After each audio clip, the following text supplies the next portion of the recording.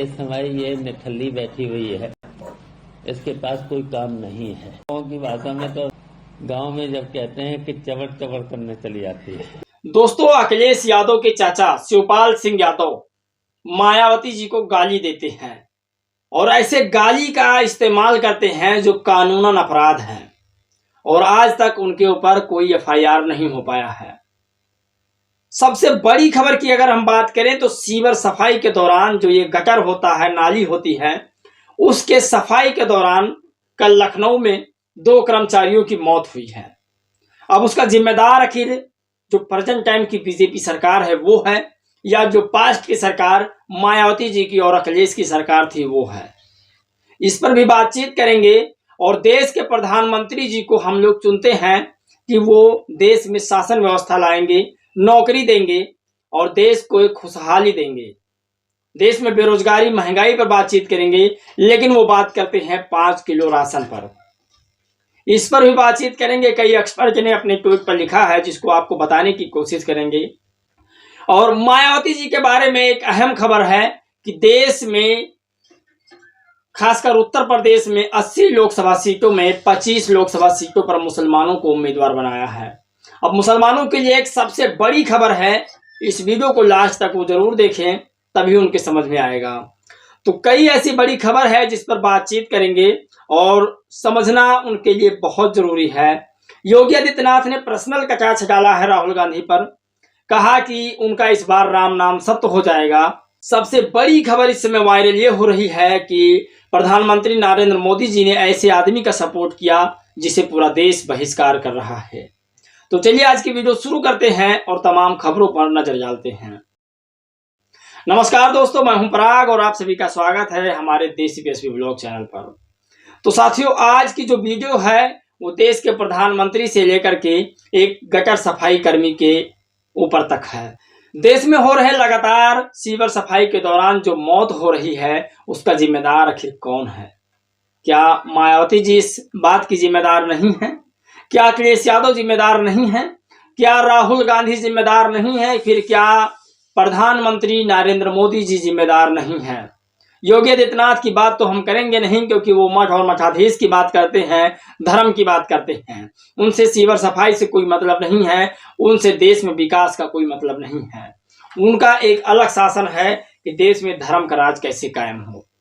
देश में तमाम लोग धर्म की बात करते हैं, जबकि संविधान में इसका कोई परमिशन नहीं है और उनका वो लोग खुलकर सपोर्ट करते हैं। तो मैं इनसे क्या ही उम्मीद करूं। देश में सीवर सफाई के दौरान कई लोगों की मौत हुई। रोहिणी जी ने लिखा कि देश के प्रधानमंत्री जी कहते हैं कि मैं चांद पर पहुंच चुका हूं, मेरा भारत चांद पर पहुंच चुका है और देश के सफाई कर्मियों के लिए कोई आज तक यंत्र नहीं बन पाया है। तो आखिर ऐसा क्यों कर रहे हैं, हमें ये बताइए। तस्वीर आप देखिए, तस्वीर ये दर्शाती है कि इस देश में सीवर सफाई यानी नाली गटर साफ करने वालों के लिए कोई भारत में इज्जत नहीं है। देश में हर एक मशीन बनाई गई है सीवर सफाई, नाली सफाई कर्मचारियों के लिए, लेकिन भारत में ऐसा कोई उपकरण अभी तक नहीं बन पाया है। इस स्कूल की तस्वीर आप देखिए, ये स्कूल है, किसी का पर्सनल घर नहीं है और इस स्कूल के नाम पर 25 लाख रुपए भारत सरकार से लिए गए हैं और अभी तक इस स्कूल का निर्माण नहीं हुआ है। दरअसल ये स्कूल एक राजस्थान राज्य का है जो डंगरूपुर जिले का है और इस जिले के जो स्कूल है यहाँ पर आदिवासी बच्चे ज्यादा पढ़ते हैं। अब यहाँ पर कोई जनरल कैटेगरी के बच्चे पढ़ने तो आएंगे नहीं, इसीलिए इस स्कूल की हालात जर्जर है। बड़ी खबर है, इस पर बातचीत करेंगे। अगर पहली खबर की बात करें तो रोहिणी ने लिखा कि प्रिय प्रधानमंत्री नरेंद्र मोदी जी, यह दृश्य कब तक देखने को मिलेगा भारत को। दरअसल सफाई कर्मियों की इस तरह से मौत हो रही है और इस मौत का जिम्मेदार कौन है? लखनऊ के वजीरगंज थाना क्षेत्र के रेजिडेंस गेट के पास बिना सुरक्षा उपकरणों की सीवर सफाई के दौरान आजकल विभाग के 2 सफाई कर्मियों की मौत हुई। पिता पुत्र दोनों साथ में मरे हैं, सोबरन यादव और सुनील यादव। ये दोनों यादव समाज के व्यक्ति हैं और दोनों की मौत बहुत पीड़ादायक है। मैं उत्तर प्रदेश पुलिस प्रशासन से और उत्तर प्रदेश योगी सरकार से भी कहूंगा कि इस पर जो है संज्ञान लें। तो ये बड़ी खबर है, लेकिन अब बात करते हैं कि क्या इनकी जो सुरक्षा की बात है वो आज कर रहे हैं लोग। अखिलेश यादव क्या इस पर कुछ नहीं सोच सकते थे? मायावती जी ने कभी इस विषय पर सोचा? क्या अखिलेश यादव ने कभी इस विषय पर सोचा? राहुल गांधी जी को भी सोचना चाहिए था। खैर, इन तीनों की सरकार नहीं है तो बात करेंगे प्रधानमंत्री श्री नरेंद्र मोदी की। क्या नरेंद्र मोदी जी इस विषय पर, आज 10 साल उनको होने को है और 10 सालों में क्या आज तक किसी यंत्र, किसी उपकरण का उन्होंने व्यवस्था कर पाया है? नहीं। ये बड़ी खबर है और इसे हमें समझना चाहिए। और अब बात करते हैं मायावती जी की। मायावती जी ने कहा कि मैं 80 में 25 मुसलमानों को टिकट देती हूं और उन्हें अब खुद सुनिश्चित करना होगा कि अपनी भागीदारी वो कहां पर निभाते हैं, क्योंकि मैं आपको बता दूं, आपका झंडा, आपकी टोपी आपके काम नहीं आएगी जब तक आप संसद में, लोकसभा में, राज्यसभा में नहीं पहुंचते हैं। इस देश में संविधान है और इस देश में अगर आप अपने संवैधानिक पद पर नहीं पहुंच पाते हैं तब तक आपका कोई अस्तित्व नहीं रहता है। और मायावती जी ने सभी धर्मों के लोगों को आगे बढ़ाने का काम किया है। खासकर मुसलमान समाज अगर आज नहीं सोच पाता है तो शायद वो कभी नहीं सोच पाएगा। अगर उनके 25 सांसद बन जाते हैं तो देश में उनका एक अलग रुतबा होगा। अभी वो कहें कि जिसको वो चाहेंगे उसकी सरकार बनाएंगे और बिगाड़ेंगे भी, तो मुसलमानों के लिए एक अलग जगह मिल जाएगी, वो जो चाहेंगे वो करेंगे। लेकिन मुसलमानों को लाल टोपी और झंडे से फुर्सत कहाँ मिलेगी? मैं बात हमेशा सच कहता हूँ, वो बात कड़वा लगती है। अब दलित समाज को ही देख लीजिएगा। दलित समाज को मायावती जी ने इतना कुछ किया, लेकिन आज फिर वो दलित समाज कहाँ पर भाग रहा है। ऐसे ही पिछड़े समाज की अगर बात की जाए तो पिछड़े समाज में विश्वनाथ पाल जी को उत्तर प्रदेश का जो है प्रदेश अध्यक्ष बनाया। तमाम जो उत्तर प्रदेश की जिम्मेदारी है विश्वनाथ पाल के हवाले की। लेकिन क्या पिछड़ा समाज विश्वनाथ पाल जी की कहने पर आएगा? ब्राह्मण समाज की बात की जाए तो ब्राह्मण समाज को बहन जी ने सबसे ज्यादा जो है टिकट दिया है और वो चाहती हैं ब्राह्मण समाज संसद में पहुंचकर अपनी भागीदारी सुनिश्चित करे।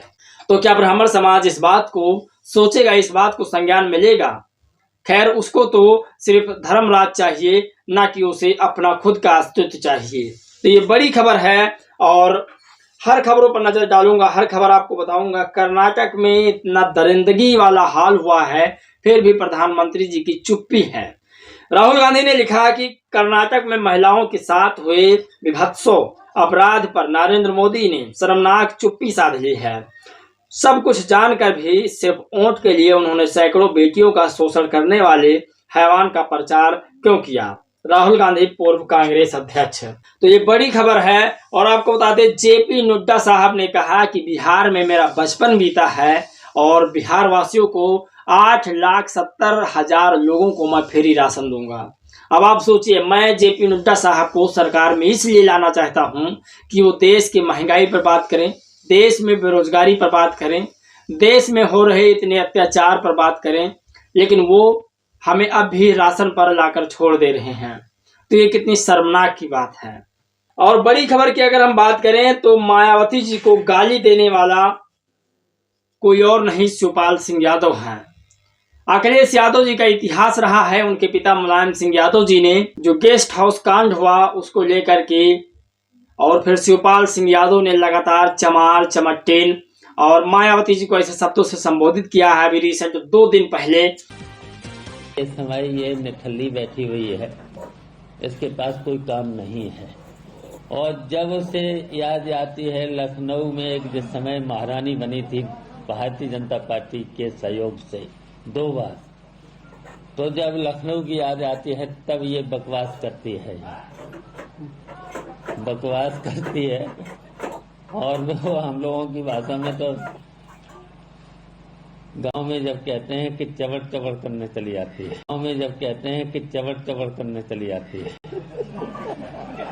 और शिवपाल सिंह यादव ने कहा कि जब वो चलती हैं तो चमट चमट करती हैं, और जब वो निठल्ली हैं, काम धंधा उनको तो है नहीं कोई। ऐसे शब्दों का इस्तेमाल किया। मैं बोल रहा हूं तो मुझे ऐसा लग रहा है कि मैं किसी भगवान का अपमान कर रहा हूं, क्योंकि मायावती जी ने जो दलित पिछड़े आदिवासियों के लिए किया है वो कोई नहीं कर सकता है।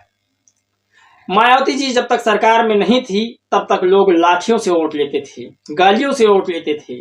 मायावती जी के आने के बाद दलित पिछड़े आदिवासियों की हालात बदल चुकी है।